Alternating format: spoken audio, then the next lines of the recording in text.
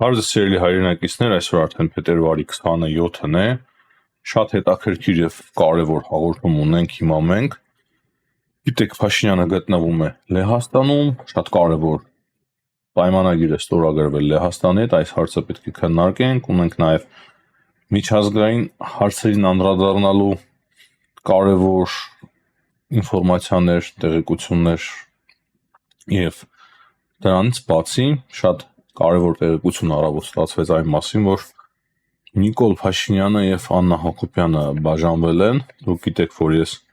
անձնական հարաբերություններից չեմ սիրում խոսել, մարդկանց անձնական կյանքը չեմ սիրում քննարկել, սակայն սա այն պահն է, որը որ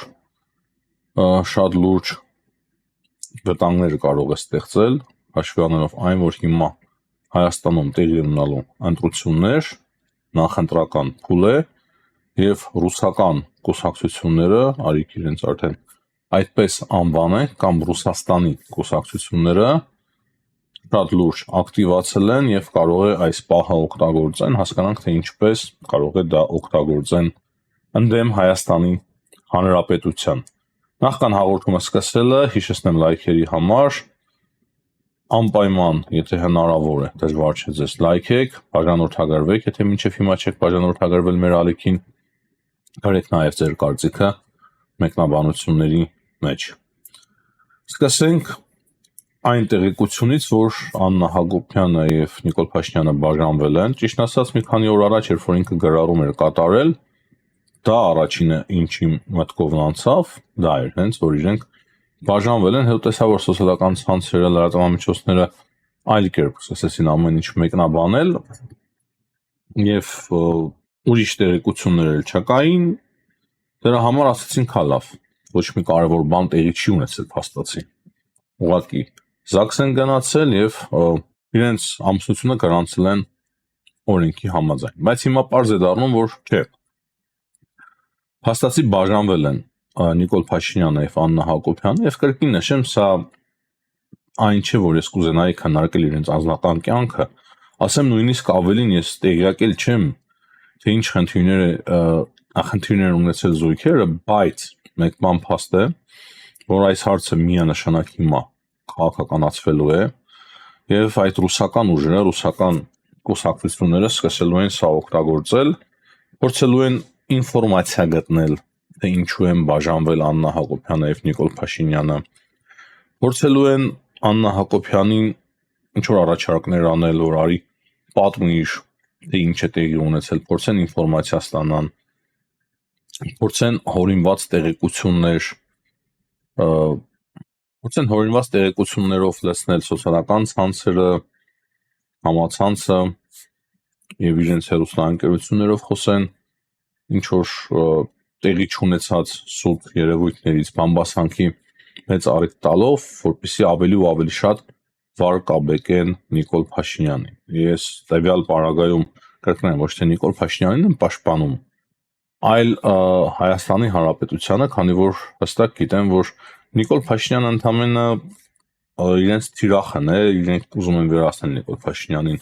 իշխանությունից, որպեսզի լիարժեք ռուսական իշխանություն հաստատեն եւ դրա համար ամեն միջոց էլ նրանք կօգտագործեն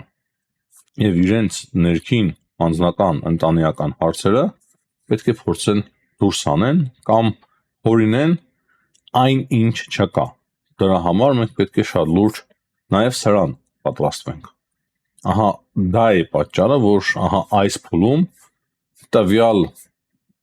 տեղեկությունը իմ մոտ լրացուցիչ մտահոգություններ է ստեղծում եւ առաջացնում։ Թե ինչի են բաժանվել, կրկնեմ, ես տեղյակ չեմ, ով է մեղավոր, ով չէ, հնարավոր է Փաշինյանն է մեղավոր, հնարավոր է Աննա Հակոբյանը, դա մեր հաղորդման քննարկման թեման չէ։ Դուք շատ լավ գիտեք, երևի թե այս կետից անցնենք արդեն այն հանդիպումներին, որոնք որ տեղի ունեցան Լեհաստանում, բայց հույսով եմ մինչև այս հարցին անդրադառնալը իմ ասածի կոնտեքստը պարզ էր։ Այս հարցը միանշանակ տարբեր ձևերով, տարբեր բամբասանքներով պետք է հիմա օգտագործեն Նիկոլ Փաշինյանի դեմ եւ Նիկոլ Փաշինյանի դեմ օգտագործեն Հայաստանի Հանրապետության անկախության եւ ինքնիշխանության դեմ։ Հիմա թե ինչ հանդիպում է տեղի ունեցել Լեհաստանում, ասեմ, որ շատ հաջողակ եւ կարևոր հանդիպում էր Դոնալդ Տուսկի հրավերով Հայաստանի Հանրապետության վարչապետ Նիկոլ Փաշինյանը գտնվում էր Լեհաստանում եւ մենք տեսանք, թե որքան ջերմ հանդիպում տեղի ունեցավ Լեհաստանի վարչապետի եւ Հայաստանի Հանրապետության վարչապետի միջև ու Դոնալդ Տուսկը հստակ նշում է, որ թե հայ-լեհական հարաբերությունները եւ թե մեր անձնական հարաբերությունները ընկերություն է եւ դա առանց որևիցե նախապայմանի է եւ Լեհաստանում շատ են գնահատում հայերին։ Պարզ է, նորմալ երկրներում ամենտեղ էլ հայերին շատ են գնահատում, հայկական սպորտը մեծ ներդրում ունի յուրաքանչյուր պետության զարգացման գործում։ Եվ ամենակարևոր հարցը այն է, որ Լեհաստանում ստորագրվեց Հայաստանի եւ Լեհաստանի միջև ռազմատեխնիկական համագործակցության փաստաթուղթ։ Հայաստանի եւ Լեհաստանի արտգործնախարարները վարչապետների մասնակցությամբ ստորագրեցին այս գեղեցիկ փաստաթուղթը եւ սա նշանակում է այն, որ մենք Եվրոպայի ամենառազմականացված երկրի հետ ստորագրում ենք ռազմատեխնիկական համագործակցության փաստաթուղթ։ Կրկնեմ, ամենառազմականացված երկիրն է, ՆԱՏՕ-ի ամենակարևոր դաշնակիցն է, ամենամեծ հենարաններից մեկն է Եվրոպայում, ճիշտ է, Ֆրանսիայի նման չունի ատոմային զենք կամ Մեծ Բրիտանիայի նման չունի մեծ սեփական շատ տեխնոլոգիական ռազմաարդյունաբերություն, այսինքն չի կարելի համեմատել ուղղակի ֆրանսիականի կամ բրիտանականի կամ գերմանականի հետ, բայց իրենք էլ ունեն իրենց արտադրությունը բավականին որակով, ուղղակի Ֆրանսիան, Մեծ Բրիտանիան, Գերմանիան նրանք Եվրոպայի առաջատար տնտեսություններ են, չնայած որ արդեն Լեհաստանն էլ շատ հետ չի մնում, շատ մեծ տեմպերով է առաջ շարժվում եւ միշտ էլ տեխնոլոգիական առումով նրանք առաջատար են եղել։ Իսկ Լեհաստանը, ինչպես նշեցի, ամենառազմականացված երկիրն է եւ այսօրվա դրությամբ միայն տանկերի առումով ինքը կարող է գերազանցել Ֆրանսիան եւ Գերմանիան միասին վերցրած։ Պատկերացնում եք, չէ՞։ Եվ ահա այս տեմպերը, որը որ ունի Լեհաստանը, շատ առումներով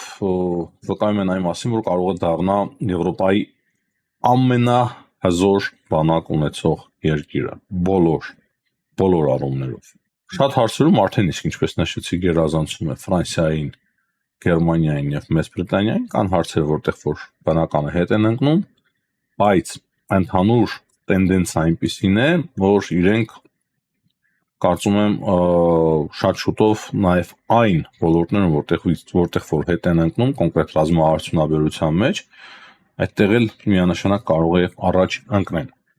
Հետանտեսական հրաշքի մասին երևի թե ավելնորդ է խոսել լեհական, նրանք նաև տնտեսության մեջ շատ մեծ աշխատանք են տարել եւ մեծ հաջողություններ արձանագրել Լեհաստանը։ Լեհաստանը նաև կարևոր քաղաքականություն ունի Եվրամիության մեջ եւ քաղաքականության մեջ եվրոպական շատ մեծ դերակատարություն, այսինքն խոշոր, հզոր, շատ հզոր երկիր է եւ Լեհաստանի հետ այդպիսի փաստաթուղթ ունենալը նշանակում է այն, որ մենք Եվրոպայի ամենառազմականացված, ամենաառաջատար երկրներից մեկի հետ, ով որ իր պաշտպանությունը ավելի առաջնային է գնահատում, քան նույն Ֆրանսիան, Գերմանիան, այսինքն իր բյուջեից էլ ավելի մեծ գումարներ է հատկացնում, քան այդ երկրները։ Իսկ մենք այդ երկրի հետ ունենալու ենք այսպիսի շատ կարևոր փաստաթուղթ, ինչը միանշանակ մեծ հնարավորություններ է ստեղծելու հայկական բանակի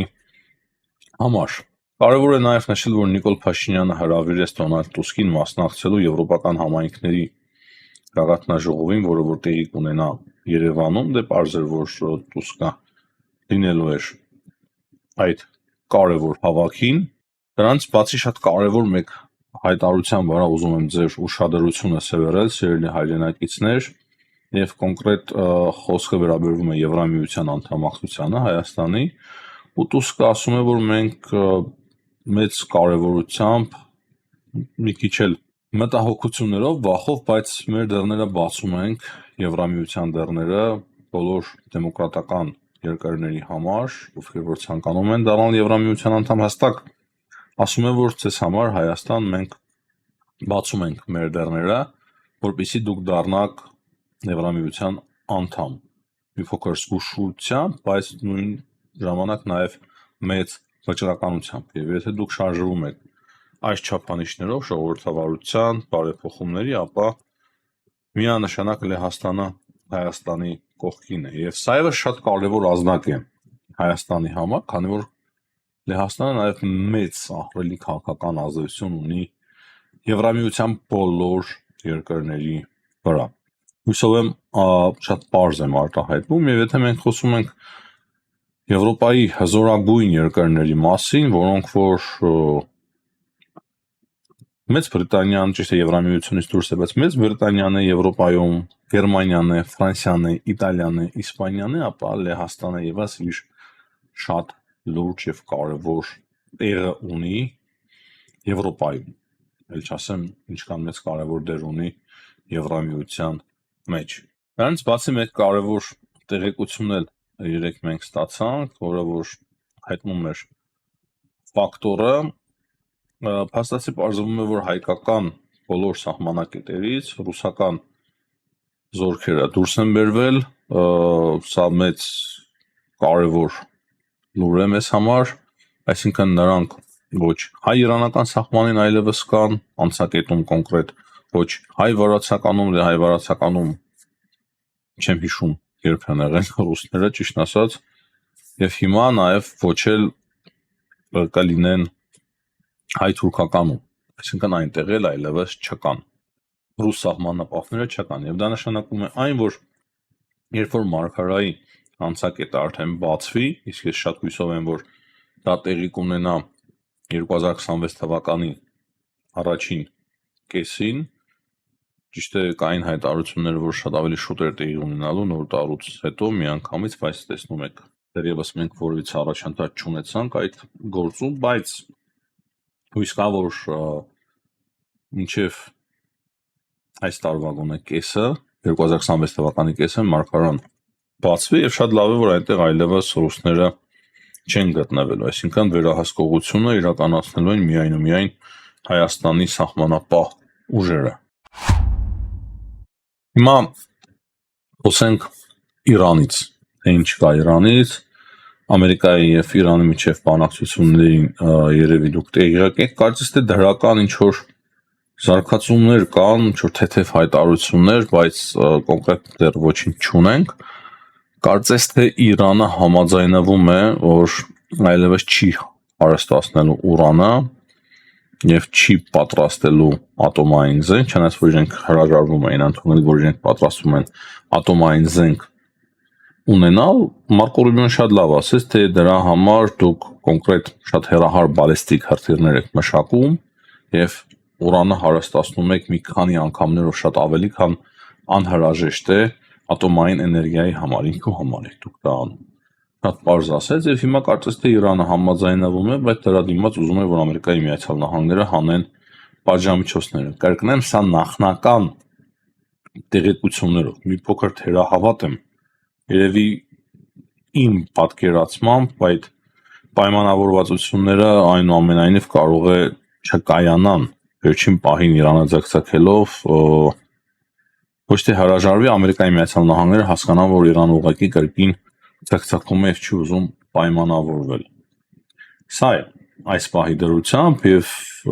ամենայն հավանականությամբ մինչեւ արդեն հաջորդ շաբաթ մենք ավելի պարզ կհասկանանք, թե ինչ տեղի ունեցավ։ Վերջը Իրանը ինչ որոշում կայացրեց։ Ես ասում եի, թե 4-5 օրերի ընթացքում հարվածը Իրանին տեղի կունենա, միայն ես չէ,